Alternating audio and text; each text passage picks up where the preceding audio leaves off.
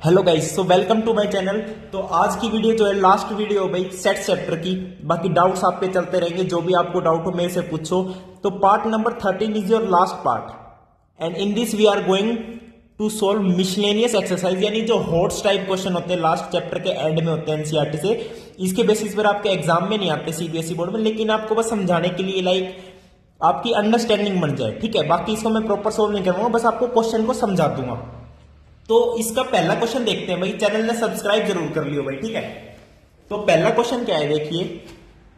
Decide among the following sets which sets are subsets of one and another. अब देखो, A set के अंदर है x belongs to real number and x satisfy x square minus 8x plus 12 is equals to 0। तो x से यहां पे दो वैल्यूज आएगी, x की यहां पे दो वैल्यूज आएगी। कौन कौन सी आएगी? तो अपना है x square minus 8x plus 12। Okay, तो अब हमें क्या करना है, देखो इसको फैक्टराइज करके x की दो वैल्यू निकाल लेता हूं मैं। वेरी गुड, ठीक है। ये आ गया x माइनस 6 माइनस 2 कॉमन ले लो, x minus 6 is equal to 0। तो एक x की वैल्यू 6 आ गई, एक x की वैल्यू क्या आ गई, 2 आ गई। यानी a सेट के अंदर एलिमेंट्स आ गए 2,6, ठीक है। अब b सेट देखो, b सेट के अंदर आपको एलिमेंट्स दे रखे हैं 2,4,6 और सी सेट के अंदर दे रखे हैं 2, 4, 6, 8 अप टू सो ऑन, यानी 2 के मल्टीपल सारे इवन नेचुरल नंबर्स दे रखे हैं। और डी के अंदर आपको दे दिया सिर्फ 6। अब आपको सबसेट बताना है। तो देखो डी किस किस का सबसेट है, पहले मैं बात करता हूं डी की। डी आपका सबसेट है, एक का भी है। डी आपका सबसेट है, बी का भी है। डी आपका सबसेट सी का भी है, क्योंकि 6 जो है ए बी सी तीनों में आ रहे हैं। ये तो होगी डी की बात। अब सेट ए की बात करते हैं। सेट ए में 2 और 6 आ रहे हैं, तो ये सबसेट किसका है, बी का सबसेट है। और ये किसका सबसेट है, सी का भी सबसेट है। ओके, एक की बात होगी। अब बात करते हैं सेट बी की। बी सबसेट किस किस का है, ओनली सी का है। बहुत बढ़िया। अब करते हैं सी की। सी किसी का भी सबसेट नहीं है, क्योंकि ये खुद एक यूनिवर्सल सेट है यहाँ पे, ठीक है। तो ये आपके सारे सबसेट्स मैंने बता दिए क्वेश्चन नंबर 1। अब चलते हैं सेकंड क्वेश्चन पे।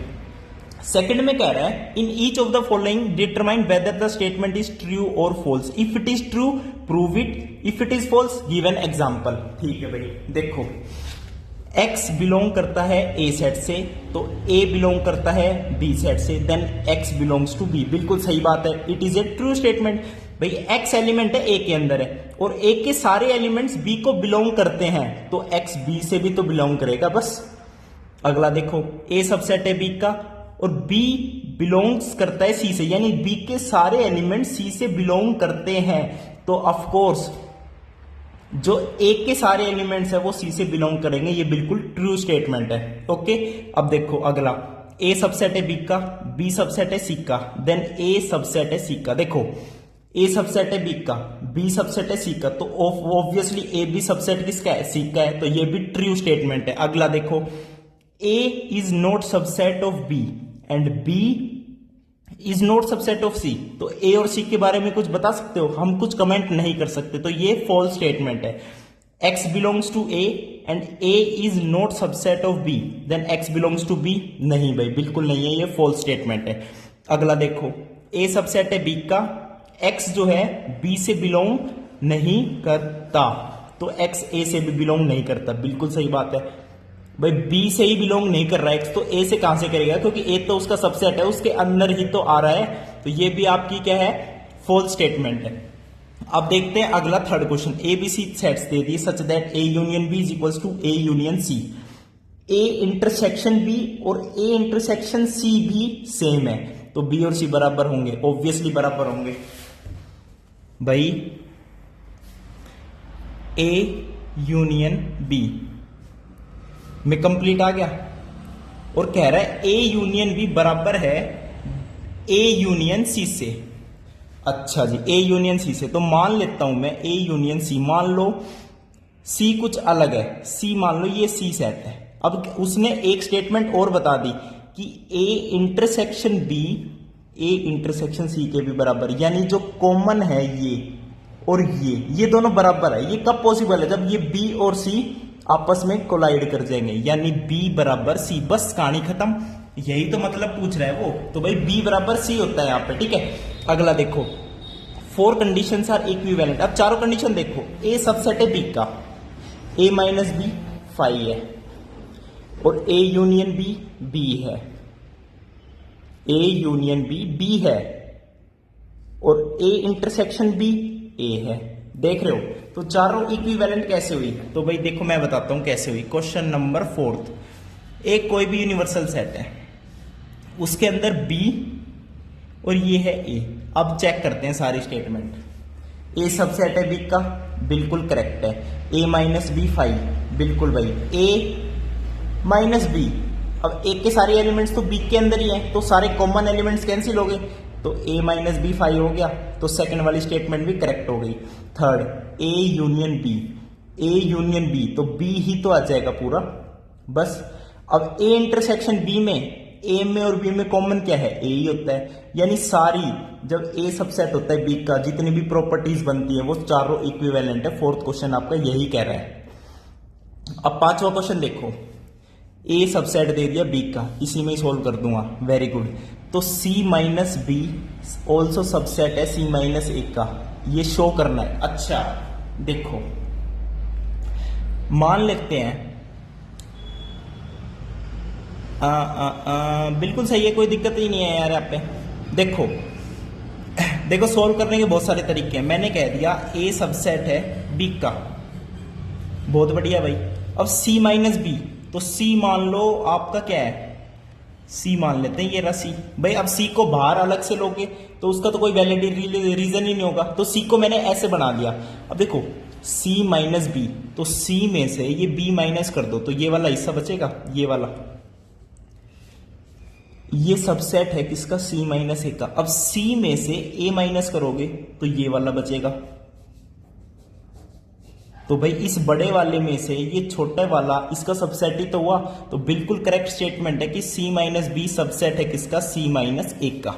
ओके, ये सारी आपकी अंडरस्टैंडिंग के लिए बता रहा हूं मैं, ठीक। बाकी आपको ये प्रूफ करने के लिए नहीं आएगा ऐसे। अगला देखो, show that for any sets A and B, ये इसके बराबर होता है, ये इसके बराबर होता है। अच्छा, ये आपको शो करना है। तो भाई इस क्वेश्चन में बताऊं, कुछ भी नहीं करना है आपको। देखो क्वेश्चन नंबर 6 कैसे सॉल्व करते हैं इसको। देखो, ए बराबर ए इंटरसेक्शन बी, और उसका यूनियन है ए माइनस बी के साथ। तो यहां पे है ना एक एलिमेंट मान लो एक्स, जो बिलोंग करता है ए से। तो देखो ए से बिलोंग करता है, तो दो पॉसिबिलिटी बनेगी कि वो बी से बिलोंग करे या बी से बिलोंग ना करे। समझ गए? बिल्कुल ठीक है जी। यहां पे दो कंडीशन बनेगी, यहां पे बी से बिलोंग करे या ना करे। ठीक है, अब मान लो बी से बिलोंग कर रहा है, एक्स एलिमेंट ए से भी बिलोंग कर रहा है, बी से भी बिलोंग कर रहा है। तो देखो A intersection B, A intersection B उससे भी बिलोंग करेगा एक्स, और ए माइनस बी उससे भी बिलोंग करेगा एक्स। समझ गए? तो यहां से मैंने क्या बता दिया कि ए इसका सबसेट है, ए इसका ऐसे सबसेट या फिर इक्वल्स टू हो सकते हैं। ये पॉसिबिलिटी है क्योंकि मैंने पहला केस मानना है भाई। ओके, अब मैं क्या करता हूं, ये तो मैंने इसको मानना, अब मैं इसको उल्टा कर देता हूं, राइट हैंड साइड को लेफ्ट ले जाता हूं, लेफ्ट को राइट ले जाता हूं। यानी A intersection B union A minus B is equals to A. अब मैं क्या करता हूं, मुझे प्रूव करना है ये। अब सोचो, ये तो प्रूव कर दिया, अब ये और प्रूव कर दूंगा, तो दोनों बराबर कब होंगे? जब ये इक्वल साइन होगा, hence this equals to this, ये प्रूव हो जाएगा। तो सेम यहां पे भी हम क्या मानेंगे कि x बिलोंग करता है a intersection b union a minus B से। अब या तो वो इससे बिलोंग कर रहा है या वो इससे बिलोंग कर रहा है x, क्योंकि यूनियन में तो भाई ऐड ही तो होंगे दोनों। तो एक केस बनेगा x belongs to a intersection b, दूसरा केस बनेगा x belongs to a minus B. तो दोनों केस लेके यहां पे भी बता देंगे, ये वाली चीज प्रूव हो जाएगी। फिर दोनों को देख के, दोनों से कंपेयर करके हम लास्ट में लिख देंगे hence a is equals to a intersection b union a minus B. तो ये भाई इस टाइप से कुछ सोल्व होगा, बाकी इसका कोई अलग से मैथमेटिक या एक प्रॉपर्टी या लॉ नहीं लग रहा है, ठीक है। तो ये चीज आपको समझनी, बस समझने वाली बात है। सारे क्वेश्चन को वेन डायग्राम से भी समझ सकते हो, कोई दिक्कत नहीं है। तो भाई ये देखो, आप बिल्कुल समझ सकते हो। देखो वेन डायग्राम से समझाता हूं। ए और बी है, मान लो A and B, A intersection B मतलब ये वाला कॉमन, ओके, कोई दिक्कत नहीं। अब उसका यूनियन लेना है किसके साथ, ए माइनस बी। अब देखो ए माइनस बी मतलब कॉमन वाला हटा दो, ये वाला कौन सा, ये। अब देखो ये है ए माइनस बी और ये है ए इंटरसेक्शन बी, इसका यूनियन लेना है। तो दिस प्लस दिस पूरा क्या बन गया, ए बन गया। तो वही तो लेफ्ट हैंड साइड है, ए के तो बराबर है। तो वेन डायग्राम से समझना सबसे आसान है। तो इसका जो सेकंड पार्ट है उसको वेन डायग्राम से समझो आप खुद से, ठीक है भाई। सबको वेन डायग्राम से समझा करो भाई, बहुत आसान तरीका है भाई वो, ठीक है। अब देखो 7, using properties of set show that, ये आपको करना है शो। तो ये डिस्ट्रीब्यूटिव प्रॉपर्टी है आपकी। तो भाई यहां पे कुछ नहीं करना होता। देखो 7th क्वेश्चन है, 7th क्वेश्चन में क्या कह रहा है, A union A intersection B A के बराबर है। तो यहां पे क्या करते हैं, एक का यूनियन लो एक के साथ, फिर इंटरसेक्शन लो ए के यूनियन का बी के साथ। अब ए यूनियन ए तो ए ही होता है और उसका इंटरसेक्शन ए यूनियन बी से। अब वही बात आ गई, this is A, this is B, A union B तो पूरा हो गया, उसका इंटरसेक्शन लेना है ए के साथ। तो भाई इंटरसेक्शन मतलब कॉमन तो ए ही आ रहा है, तो दिस बराबर ए। इसको डिस्ट्रीब्यूटिव प्रॉपर्टी भी बोल देते हैं। तो ये ए के बराबर आ जाता है, left hand side is equals to right hand side. तो बस ये आपको ऐसे शो करना है, ओके। अब नेक्स्ट देखो 8th क्वेश्चन, ठीक है। ये वाला भी आप खुद से ट्राई करना, फिर मेरे को कमेंट करके बताना। Show that A intersection B is equals to A intersection C need not imply B बराबर सी। यानी जरूरी नहीं है कि ये दोनों इक्वल है तो बी बराबर सी ही हो। तो बिल्कुल दिखा देता हूं आपको। क्वेश्चन नंबर 8 देखो भाई, क्वेश्चन नंबर 8 में उसने कह रखा है कि ए इंटरसेक्शन बी जो है ना, ए इंटरसेक्शन सी के बराबर है। ये चीज आपको गिवन है, आपको बस ये बताना है कि इसका मतलब ये नहीं है कि बी बराबर सी है। तो भाई वेन डायग्राम से समझाता हूं, ए एंड बी, हमें ये चीज दिखानी है वेन डायग्राम में। ए इंटरसेक्शन बी कौन सी चीज है, ये किसके बराबर आनी चाहिए, ए इंटरसेक्शन सी। तो सी सेट मैंने ऐसे ले लिया, तो ऑब्वियसली ए इंटरसेक्शन सी भी यही है, ए इंटरसेक्शन बी भी यही है। और हमने ये भी बता दिया कि यहां पे बी और सी बराबर नहीं है। तो यही हमें दिखाना था कि ये दोनों इक्वल हो and need not imply B बराबर सी। अब चलते हैं नेक्स्ट क्वेश्चन पे। अगले क्वेश्चन में देखो क्या कह रहा है, ए और बी सेट्स है, A intersection X is equals to B intersection X is equals to 5 and A union X बराबर है बी यूनियन एक्स के, ठीक है। तो हमें शो करना है ए बराबर बी। अच्छा जी, देखो यहां पे डिस्ट्रीब्यूटिव लॉ की प्रॉपर्टी लेनी पड़ेगी, बिल्कुल ले लेंगे, कोई दिक्कत नहीं है भाई। ए इंटरसेक्शन एक्स और बी इंटरसेक्शन एक्स आपको 5 दे रखे, यानी इनके बीच में कुछ कॉमन है ही नहीं, यानी ए भी अलग, बी भी, एक्स भी अलग और बी भी अलग ही है। अभी के लिए मान लेते हैं क्योंकि इनमें कुछ कॉमन नहीं है, अभी जो जानकारी है उससे रिलेटेड ही बस।